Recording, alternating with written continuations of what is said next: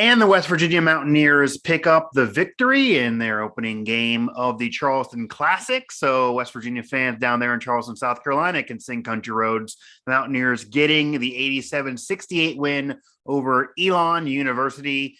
And this is your WVU edition of Pittsburgh Postgame here on Pittsburgh Sports Live and, of course, WV Sports Now. I'm your host, Mike Asti, and I will be joined by our men's basketball beat writer, Ethan Bock, to talk about this game, talk about Bob Huggins tying Roy Williams on the career wins list, and talk about the emergence of Taz Sherman and company as West Virginia remains undefeated now at 3-0.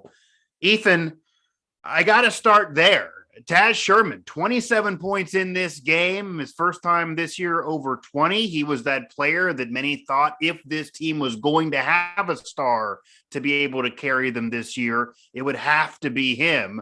Obviously in the shadow of Deuce McBride a season ago, and really even McNeil and Culver, and really at times Sherman was not even in the starting lineup. He had to fight to even get in there and to kind of be that sixth man last year.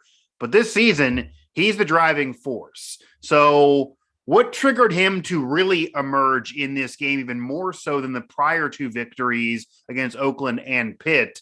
And I know when we talked before, you were thinking, okay, Taz could maybe be that guy. It wasn't a guarantee yet. People were wondering if he could be that guy. Are you now thinking, okay, West Virginia has found that guy this year in Taz Sherman? Oh, he's definitely the guy. He's definitely the guy. They are as an eye test when you're watching the game. He is by far the guy on the floor that the Mountaineers need to have. At the first two games, he struggled shooting wise. He still scored a lot of points, but he struggled percent wise. Tonight he shot 9 of 17. He shot 8 of 9 from the free throw line, scored a career high 27 points. He's the guy that the Mountaineers are going to want to have on the floor for all 40 minutes. If he can do that. But after losing McBride, you needed a guy like Sherman to step up and take over that role. He's done a great job so far. Yeah, and especially in this game, again, you mentioned 9 for 17. That efficiency is a big deal, and that's something that people look at much more these days than they would have years ago. 9 for 17 in this game, only 6 for 20 with 17 points against Pitt. So absolutely stepping up from even that point.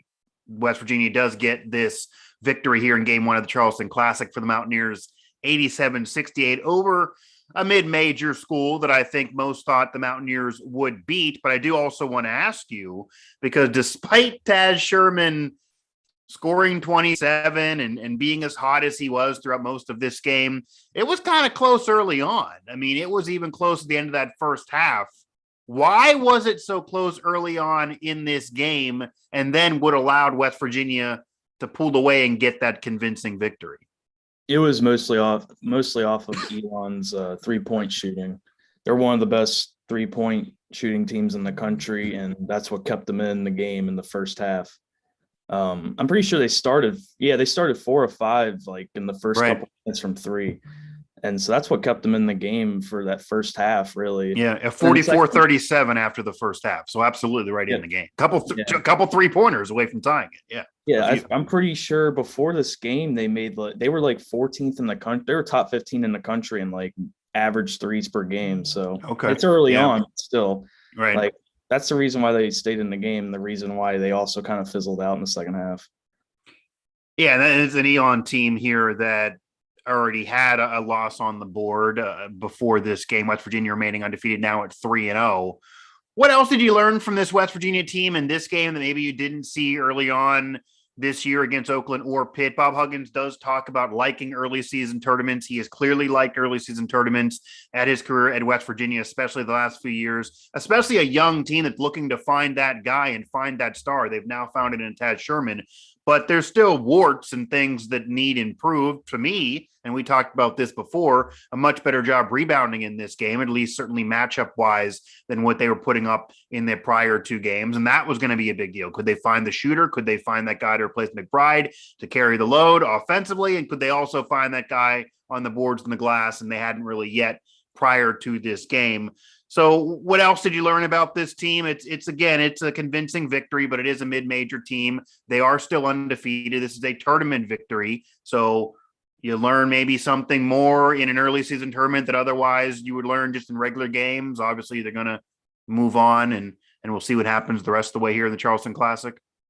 Yeah, I think the key takeaway from this game is Elon scored 68 points, and it's the same with like Pitt and Oakland, where they scored in the mid 50s. I think this West Virginia team's way much better defensively than they were last year.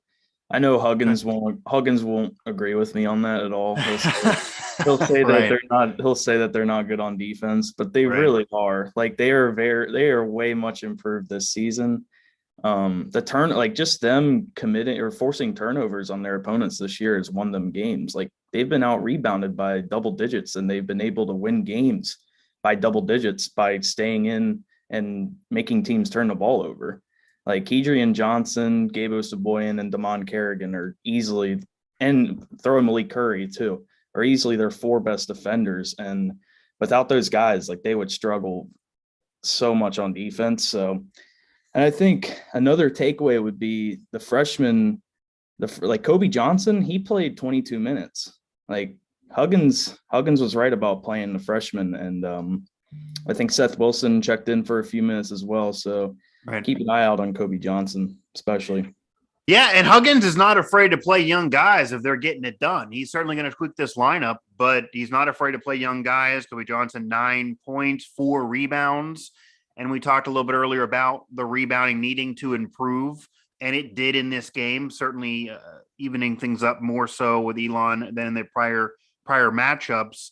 Now, do you think this can keep up? They don't have the difference with this rebounding effort. It's not like when Culver's there and he can just get 10 or 12 boards and then everyone else filters around him.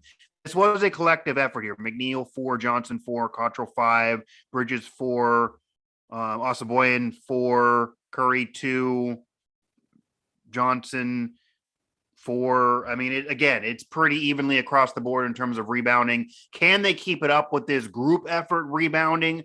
Or does somebody have to step up, knowing that this is not the tallest team in the world in comparison to what they would have had last year to this? Well, after they lost Culver, the players admitted that they felt bad for him, and they weren't as aggressive last year. And they all admitted that it needed to be a team effort, and that's what it's really been this year. Yeah. I would like to see Isaiah Cottrell rebound a little bit more and kind of get a little bit more physical, because he likes to hang around out in the perimeter because that's his play style. I think if he got a little bit more rebounds, I think West Virginia fans could breathe a little bit more, but it's going to have to be a collective effort. And once Big 12 play is physical. So once they get in the conference play, it's going to be interesting, because I don't know if they're going to be able to keep up these 15 turnover forcing 15 turnovers a game, like that. It's gonna be draining on them eventually, I think. So they gotta get someone to step up. Yeah, and West Virginia won the rebounding in this game over Elon, 38-31, 87-68, the final score victory for the Mountaineers, who remain undefeated at 3-0. This is, of course, your WVU postgame show here on Pittsburgh Sports Live and WV Sports Now. Head over to WV Sports Now for the game recap, and also touching on Huggins tying Roy Williams. And Huggins isn't going to obviously pat himself on the back too much, but obviously it just keeps getting more and more amazing when you look at the overall win total where Huggins is career-wise, and pretty much has done it all. Ethan Bock joining me here on Pittsburgh Sports Live. Now, is the fact that they probably can't keep up this consistency of forcing teams to turn over the basketball, is that something that maybe gives you pause and concern? What would lead you to still offer some concern? This is an undefeated team. 2 of the victories against mid-major teams. Pitt is in disarray despite getting a little bit better with a win recently. It's not been murderer's row schedule-wise for the Mountaineers, despite them being undefeated. But this is a situation that they needed. Early season tournament, get a hot streak early on, get some wins, beat up on your rival, and have a star emerge in Taz Sherman. So all of that has happened. Check, check, and check. But obviously it's going to get tougher as this schedule continues. Eastern Kentucky is waiting at the Coliseum here after this Charleston Classic. What still maybe gives you pause and concern about this team fulfilling expectations and actually having a quality contending season later on down the stretch, once you get into December, January, and beyond? Well, it will be a good test for West Virginia tomorrow. They play Marquette Right. Marquette started off very well. Shaka Smart's teams are always physical. Yeah. They beat Illinois on Monday night, so that's a good. That's a pesky team. Yeah. And Yeah, maybe they've impressed more than them. Marquette's. If West Virginia can pull off a win against Marquette tomorrow night, they'll be very good for them. I don't know. I don't know how they're gonna handle the rebounding. They're gonna have to do something because. Okay. So is that it then? Is that what you think is going to derail this team at some point? They're going to get into a game against the quality team or get into a tournament game and they're just going to get killed on the glass and then miss some shots? I mean, so far, yeah, they've shot the ball. They can score. Like they can score, but they can stop teams. I mean, again, defensively, you look at what they're allowing here, and to make it clear again, Oakland, Pitt, and Elon, they're not the best offensive teams out there in the world. I don't know any of them. None of them really have superstars, and Elon may be the best just because they're a 3-point shooting team, but allowing 53, 59, and 68. Most teams in the country would take that spread there in terms of what you're allowing, and you'd figure to win most of those games when you're allowing under 70. I just think a lot of games come down to rebounding and free throws, and they shot very well from the free throw line tonight. But I think they can't lose many rebounding games. Like Oakland out rebounded them by 15. West Virginia still won by 7. Pitt out rebounded them by 15. West Virginia won by 15 or 16. Whatever. Right. But eventually, it's going to catch up to them, and I think that's just a big part. And I think that's what Huggins is really worried about, is it's going to catch up eventually once they start playing very physical teams to where 3-point shooting, forcing turnovers, it's not going to bail them out anymore. Yeah, and you could argue that Elon was a little easier of a team to win the rebounding battle against because they're just going to chuck a three unless they get a guy down there quicker than you. You have an easy strategy. You just wait down there, get a guy at him, misses the shot. If he makes it, okay, you tip your cap. If he misses it, you're waiting there for the rebound.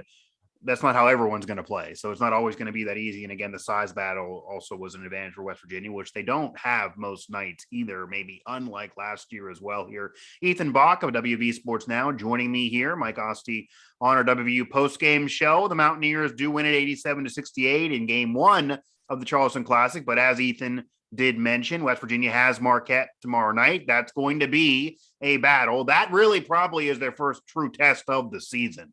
If they can compete in that game, even if they don't win, that can show this team could be something. If they get beat down in that game, then you're going to have people legitimately saying, well, they played mid-majors in Pitt. We have no idea how good this team is, and we just saw them lose bad. So that's going to be an interesting game. It's going to definitely be a game to look at for sure.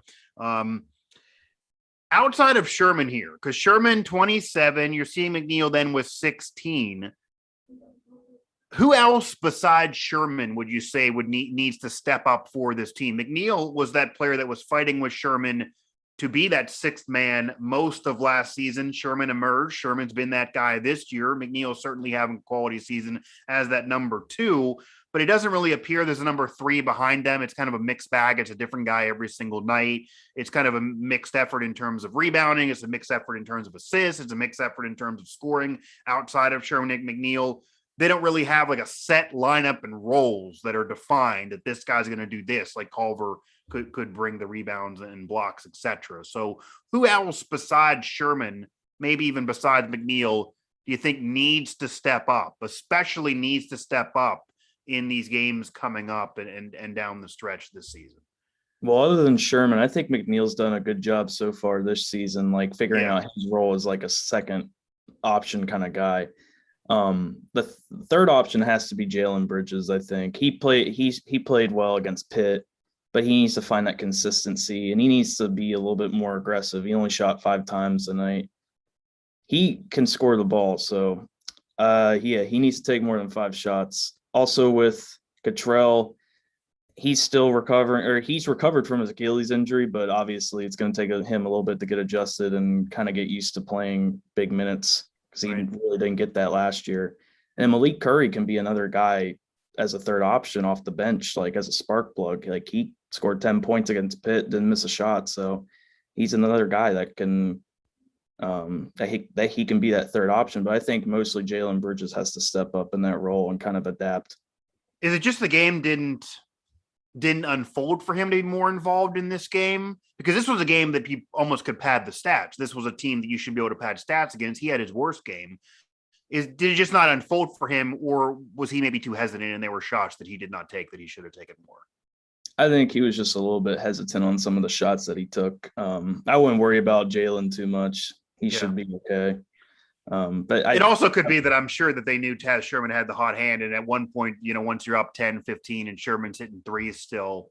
Yeah, McNeil's shooting it from the logo almost. Right. Yeah. So it might not, they weren't wiping sweat off their brow too much here. What's a key for that Marquette battle here as this Charleston Classic continues? The Mountaineers obviously are going to be tested in that game more so than even in this game against Elon. And then the season will continue.